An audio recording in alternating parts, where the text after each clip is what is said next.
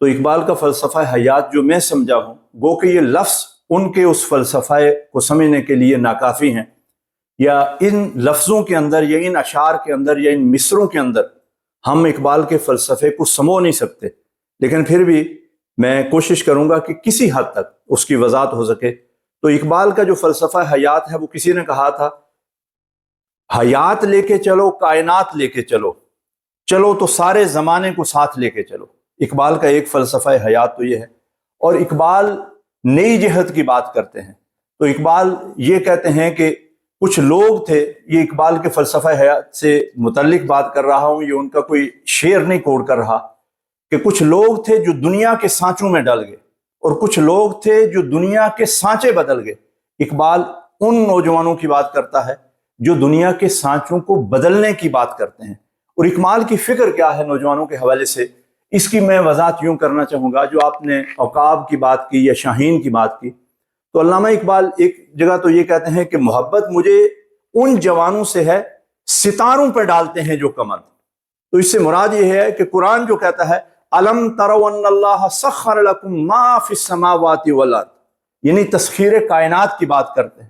اقبال کی سوچ آفاقی سوچ ہے، اقبال کی سوچ اور اقبال کی فکر جو ہے اس کی کوئی لیمٹس نہیں ہے، وہ بیانڈ دا لیمٹس جا کے بات کرتے ہیں۔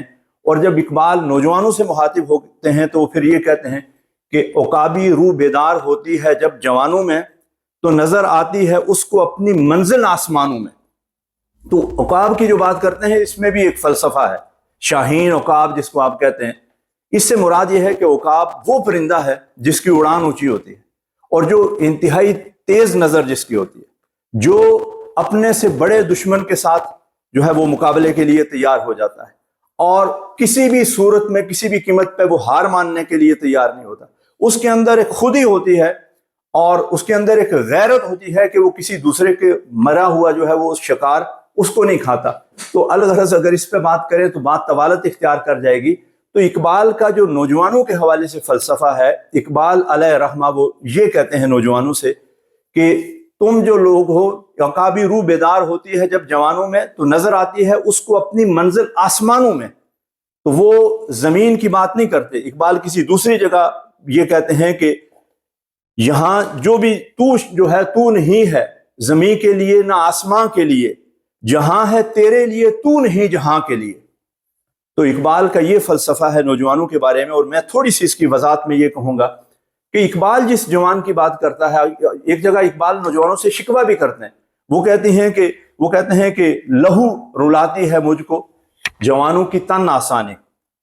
وہ کہتے ہیں کہ اقبال کا جو جوان ہے یا اقبال کا جو نوجوان ہے، یا اقبال کا اس کے بارے میں جو تصور ہے یا تخیل ہے، وہ یہ کہتے ہیں کہ وہ نوجوان جس کے اندر خودی ہو، جس کے اندر خودداری ہو، وہ خودی کا پیکر ہو۔ اور اقبال کے ہاں محترم ملک صاحب یہ گزارش کرنا چاہوں گا کہ یہ جو فلسفہ خودی ہے، وہ ایک وقت میں وہ خود شناسی بھی ہے، خودداری بھی ہے، اور وہ خودی جو ہے خدا شناسی بھی ہے۔ اور اقبال اس کو یوں کہتے ہیں، جیسے خود شناسی سے آپ لے لیں کہ اپنے من میں ڈوب کر پا جا سراغ زندگی، تو میرا نہیں بنتا نہ بن اپنا تو بن۔ اور جب اقبال یہ بات کہتے ہیں کہ اس کو خدا شناسی کی بات کرتے ہیں، تو وہ کہتے ہیں کہ خودی کو کر بلند اتنا کہ ہر تقدیر سے پہلے خدا بندے سے خود پوچھے بتا تیری رضا کیا ہے۔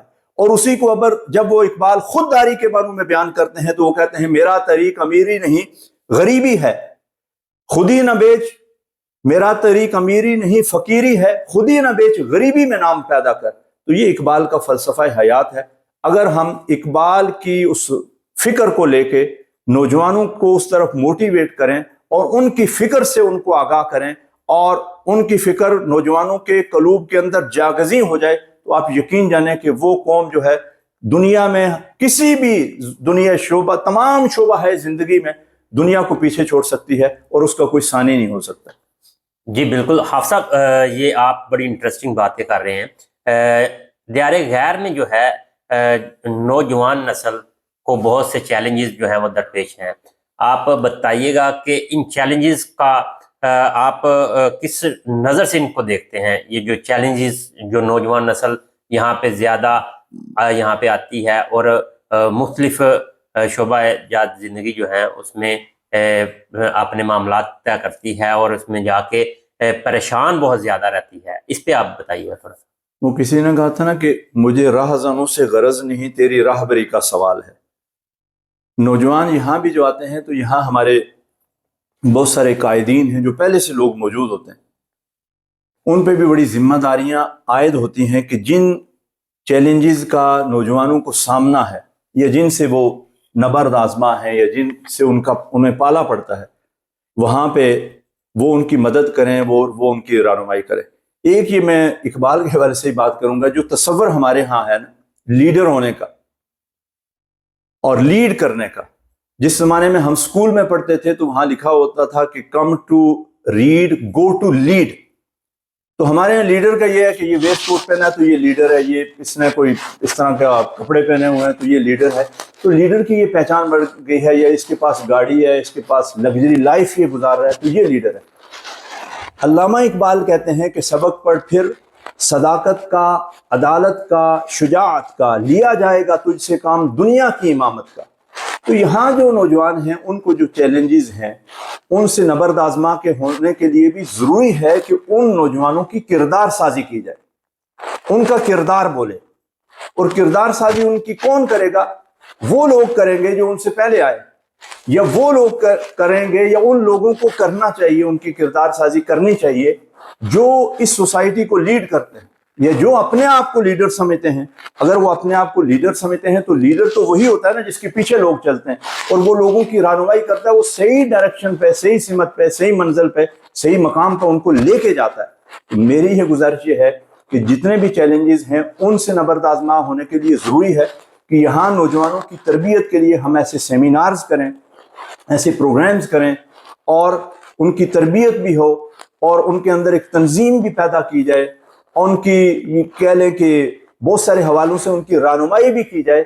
تو پھر وہ ان تمام چیلنجز سے، وہ معاش کے حوالے سے ہوں، معاشرت کے حوالے سے ہوں، وہ بہت سارے چیلنجز کا وہ نوجوان مقابلہ کر سکتے ہیں. جی حافظ صاحب، جیسا کہ آپ نے کہا تربیت کے حوالے سے، تعلیم کے حوالے سے، پہلی جنریشن یہاں پہ جو موجود ہے اوورسیز کی، وہ ینگ طبقہ آیا تھا. اب وہ والدین کی شکل اختیار کر چکے ہیں اور ان کے بچے جو ہیں وہ اس وقت ماشاءاللہ اس فیلڈ میں آ رہے ہیں، محنت مزدوری کر رہے ہیں، آگے سٹڈی کر رہے ہیں. والدین جو ہیں وہ اپنے بچوں کی طرف سے کافی پریشان رہتے ہیں. والدین کا نوجوان کے لیے جو کردار ہے اس پہ تھوڑی سی روشنی ڈالیے گا.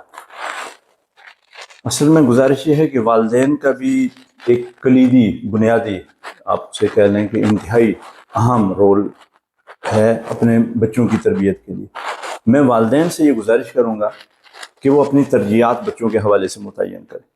ہمارے ہاں ترجیح کیا ہے کہ بچے کے پاس اچھے جوتے ہونے چاہیے، اچھے کپڑے ہونے چاہیے، یعنی اس کی جو زندگی گزارنے کے اسباب ہیں وہ ہم اس کو بہتر سے بہتر پرووائڈ کریں یا میسر ہوں، اور اسی کو ہم کہتے ہیں کہ یہ بڑی اچھی ہم زندگی گزارتے ہیں.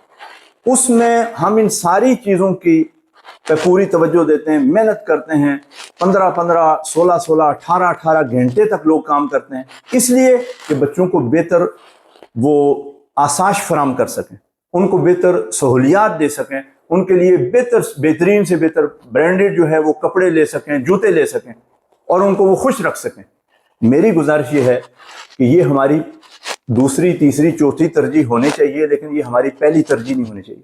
پہلی ترجیح والدین کی یہ ہونی چاہیے کہ وہ اپنے بچوں کی تربیت کریں، ان کو تعلیم سے بھی آراستہ کریں، تعلیم کے زیور سے بھی، اور ساتھ ساتھ ان کی تربیت کرتے ہوئے ان کو صحیح ڈائریکشن پہ لائیں اور ان کے لیے ایسے مواقع ہوں کہ ان بچوں کی تربیت ہو سکے تاکہ وہ معاشرے کے لیے ایک سود مند فرد کے طور پہ آ کے کام کر سکیں.